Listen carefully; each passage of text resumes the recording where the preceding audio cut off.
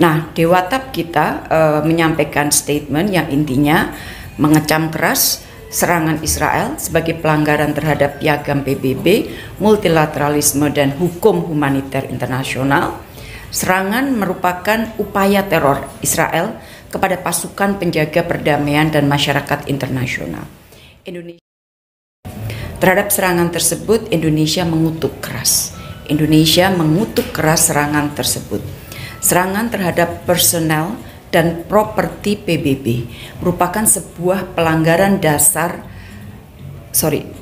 besar International Humanitarian Law dan juga resolusi Dewan Keamanan PBB nomor 1701. Indonesia meminta semua pihak untuk menjamin dihormatinya inviolability atau tidak dapat dilanggarnya wilayah PBB dalam segala waktu dan keadaan.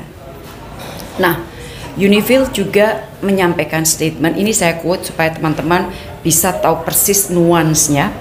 Quotation dari UNIFIL, "We remind the IDF and all actors of their obligation to ensure the safety and security of UN personnel and property and to respect inviolability of UN premises at all time.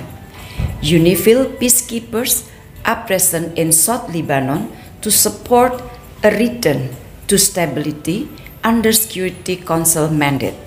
Any deliberate attack on peacekeepers is a grave violation of international humanitarian law and of Security Council Resolution 1701. Jadi posisi UNIFIL, posisi PBB jelas. Nah rekan-rekan, semalam saya juga melakukan komunikasi dengan tim kita yang ada di PTRI New York. Nah perkembangannya Dewan Keamanan PBB tadi pagi saya kontak Dewatap kita baru saja menyampaikan statement. Dewan Keamanan PBB melakukan pertemuan briefing untuk membahas situasi Timur Tengah pada 10 Oktober sore waktu New York, yang berarti pagi tadi, makanya tadi pagi saya berkontak dengan New York waktu Vientiane. Pertemuan diadakan atas permintaan Perancis karena Perancis adalah pen holder untuk isu Lebanon dan UNIFIL. Untuk mensikapi eskalasi konflik di Lebanon, khususnya serangan Israel atas pasukan perdamaian UNIFIL di wilayah netral Blue Line. Indonesia diundang di dalam briefing tersebut dan Indonesia sebagai salah satu country concern yang diminta untuk menyampaikan statement. Jadi briefing DK biasanya kalau ada negara-negara yang terkait dengan isunya, maka negara-negara yang bukan anggota PBB tersebut diundang untuk menyampaikan statement. Nah, Dewatap kita menyampaikan statement yang intinya mengecam keras serangan Israel sebagai pelanggaran terhadap piagam PBB, multilateralisme dan hukum humaniter internasional. Serangan merupakan upaya teror Israel kepada pasukan penjaga perdamaian dan masyarakat internasional. Indonesia menegaskan bahwa mereka yang teguh pada prinsip perdamaian tidak akan pernah gentar. Sebagai negara kontributor pasukan perdamaian PBB terbesar nomor 5 di dunia dan terbesar di UNIFIL, Indonesia akan selalu mendukung misi perdamaian PBB sesuai mandat Undang-Undang Dasar 45. Peacekeepers Indonesia setia dengan mandatnya dan Indonesia mendesak Dewan Keamanan PBB untuk juga memastikan terjaganya mandat Dewan Keamanan dengan mengambil langkah konkret yang menjaga kredibilitas Dewan Keamanan. Nah, setelah acara briefing di Dewan Keamanan PBB dilanjutkan dengan konsultasi tertutup Dewan Keamanan PBB yang saat ini sedang berlangsung. Kemudian dari situs Metro TV, Menteri Luar Negeri Republik Indonesia yaitu Retno Marsudi mendesak Amerika Serikat bertindak tegas jaga tugas UNIFIL di Lebanon. Ini terbaru ya. Menteri Luar Negeri Republik Indonesia yaitu Retno Marsudi mengangkat urgensi memperkuat multilateralisme untuk perdamaian dan stabilitas global dalam ASEAN Amerika Serikat ke-12 di Vientiane, Laos. Menteri Luar Negeri juga membahas serangan Israel ke markas UNIFIL yang ada di Lebanon. Serangan yang dilakukan pasukan pertahanan Israel yaitu IDF terhadap pasukan pemeliharaan perdamaian PBB UNIFIL di Lebanon Selatan pada 10 Oktober 2024 melukai 2 pasukan penjaga perdamaian asal Indonesia. Serangan yang disengaja terhadap penjaga perdamaian adalah pelanggaran berat terhadap hukum humaniter internasional dan resolusi Dewan Keamanan PBB 1701, tegas Retno dalam pidatonya dikutip dari keterangan pers Kementerian Luar Negeri Republik Indonesia Jumat 11 Oktober 2024. Kita tidak bisa tinggal diam ketika simbol perdamaian internasional yaitu helm biru berada di bawah serangan langsung, tegas Menteri Luar Negeri Retno Marsudi. Menteri Luar Negeri Retno Marsudi berharap agar Amerika Serikat sebagai salah satu anggota tetap Dewan Keamanan PBB bertindak tegas untuk memastikan UNIFIL dapat terus menjalankan tugas vitalnya di Lebanon Selatan. Pelanggaran hukum internasional yang terus terjadi tanpa konsekuensi yang berarti merupakan masalah serius yang merusak kredibilitas DKPBB, tambahnya. Lalu kemudian ada 3 prioritas kemitraan ASEAN Amerika Serikat. Dalam konteks kemitraan ASEAN Amerika Serikat, Menteri Luar Negeri Republik Indonesia Retno Marsudi mengangkat 3 prioritas utama untuk kemitraan ASEAN Amerika Serikat ke depan. Pertama, kontribusi terhadap perdamaian dan stabilitas.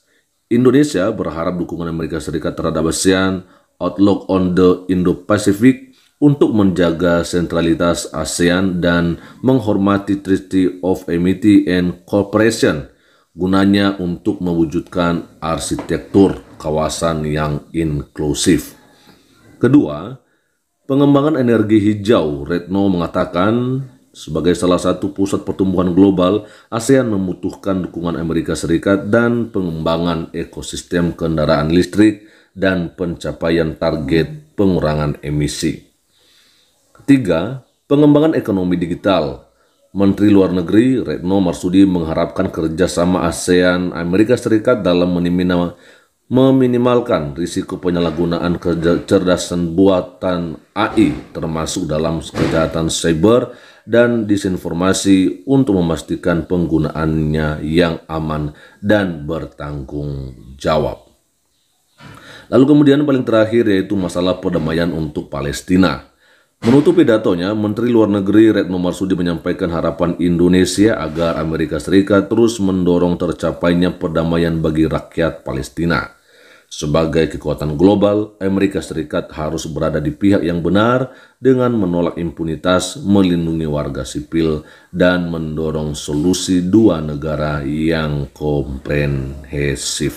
Ya, pungkas Retno. Nah, itu dia Bapak Ibu Saudara-saudari ya, bagaimana seorang Menteri Luar Negeri kita yaitu Ibu Retno Marsudi lagi-lagi mengecam dan bahkan mengutuk ya serangan yang dilakukan oleh pihak tentara militer Israel di Lebanon ya.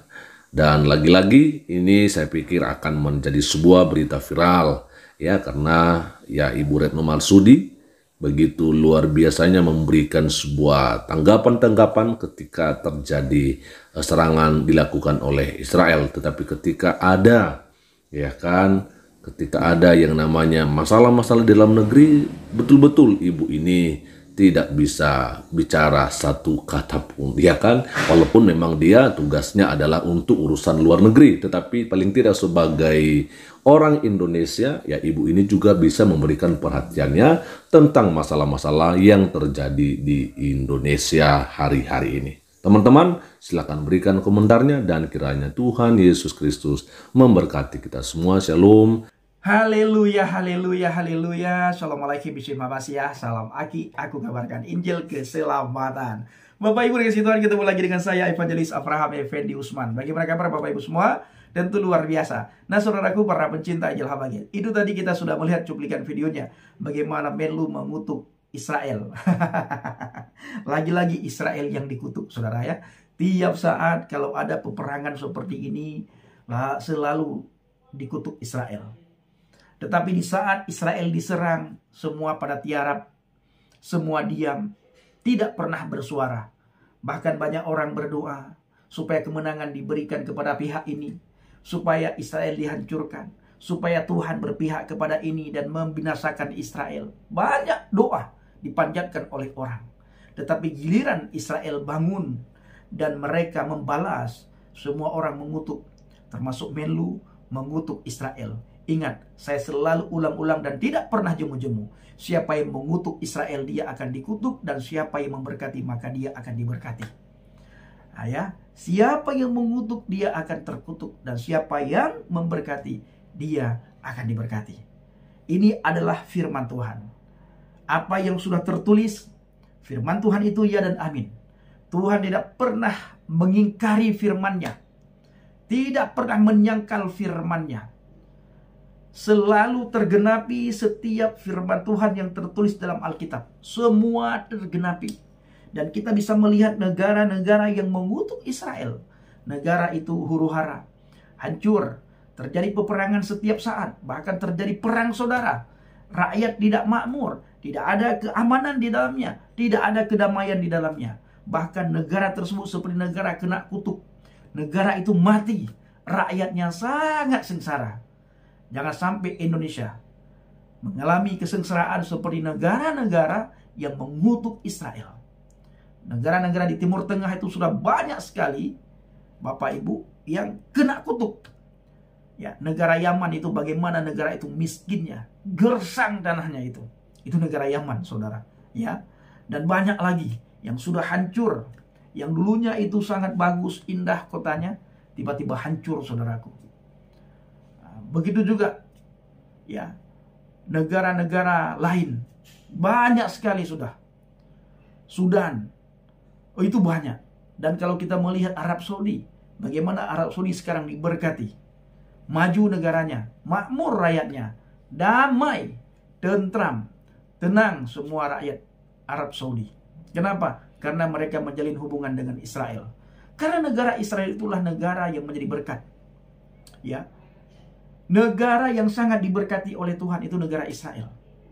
Negara yang sangat kecil tetapi Tuhan begitu sayang melindungi negara Israel. Seandainya perlindungan Tuhan tidak ada pada Israel, sudah lama hancur negara Israel itu. Tapi payung Tuhan begitu sempurna mempayungi Israel. Tangan Tuhan begitu kuat menjaga Israel dari serangan-serangan luar. Negara Israel itu adalah menjadi berkat bagi bangsa-bangsa. Itu Israel. Maka siapa yang memberkati, maka dia akan diberkati. Dan siapa yang mengutuki, maka dia akan dikutuki. Orang Kristen tidak ada yang mengutuk Israel karena tahu firman Tuhan. Orang Kristen tidak senang dengan peperangan. Tidak senang dengan kekacauan. Orang Kristen selalu berdoa. Baik kepada Israel, kepada Palestina, kepada Libanon. Kami berdoa juga supaya Libanon itu ada kedamaian. Rakyatnya makmur, damai, sukacita, peperangan segera berakhir. Tidak ada terjadi kekacauan. Begitu juga ke Israel. Kami berdoa supaya tidak ada peperangan. Damai, aman, makmur, tentram, rakyatnya tenang. Dan kami tidak akan mengutuk. Siapapun kami tidak mengutuk. Tetapi tidak ada orang Kristen yang mengutuk Israel. Kenapa? Karena Alkitab melarang kami untuk mengutuk Israel. Ketika kami tidak mengutuk Israel bukan berarti kami berpihak kepada Israel. Tidak. Kami hanya taat terhadap apa kata Alkitab. Kami taat terhadap firman Tuhan. Kami tidak mau mengutuk Israel karena Israel itulah biji mata Tuhan. Tetapi perlu saudara ketahui, Israel itu adalah orangnya tegar tengkuk. Kalau engkau sudah menembak Israel, dia akan membalas. Dia akan membalas. Tetapi kalau engkau tidak menembak Israel, dia tidak akan menembak engkau. Karena Israel memegang hukum Musa. Gigi ganti gigi, mata ganti mata, nyawa ganti nyawa. Itu Israel. Nah, makanya begitu Israel ditembak, dia langsung balas membabi buta. Kalau Israel tidak ditembak, dia tidak akan menembak. Seperti Palestina. Banyak Palestina dibantu oleh Israel. Bahkan air dipasok oleh Israel. Dan kita bisa melihat di media-media luar bagaimana rakyat Palestina itu bekerja di Israel. Banyak. Dan di sana itu hidup damai antara Israel dan rakyat Palestina. Tapi ada kelompok yang pemecah belah, yang tidak senang dengan kedamaian. Dia ingin perang terus. Karena kalau dengan adanya perang, dia dapat dukungan. Kalau dia dapat dukungan, dia dapat cuan, cair uangnya itu. Dan dia berpikir bagaimana bisa perang. Nah, jadi Bapak Ibu kasih Tuhan, kita selalu berdoa supaya Israel diberikan kedamaian, ketenangan, ketentraman, dan ketenangan. Terima kasih. Ingat firman Tuhan katakan sekali lagi, siapa yang memberkati maka dia akan diberkati, dan siapa yang mengutuki maka dia akan dikutuki. Terima kasih. Assalamualaikum bishim Hamasiah. Salam Aki. Aku kabarkan Injil keselamatan. Bapak Yahweh bishim Adonai Yesus Hamasiah. Ruah Kudus memberkati kita semua. Haleluya. Amin. Salam bertadin. Terima kasih.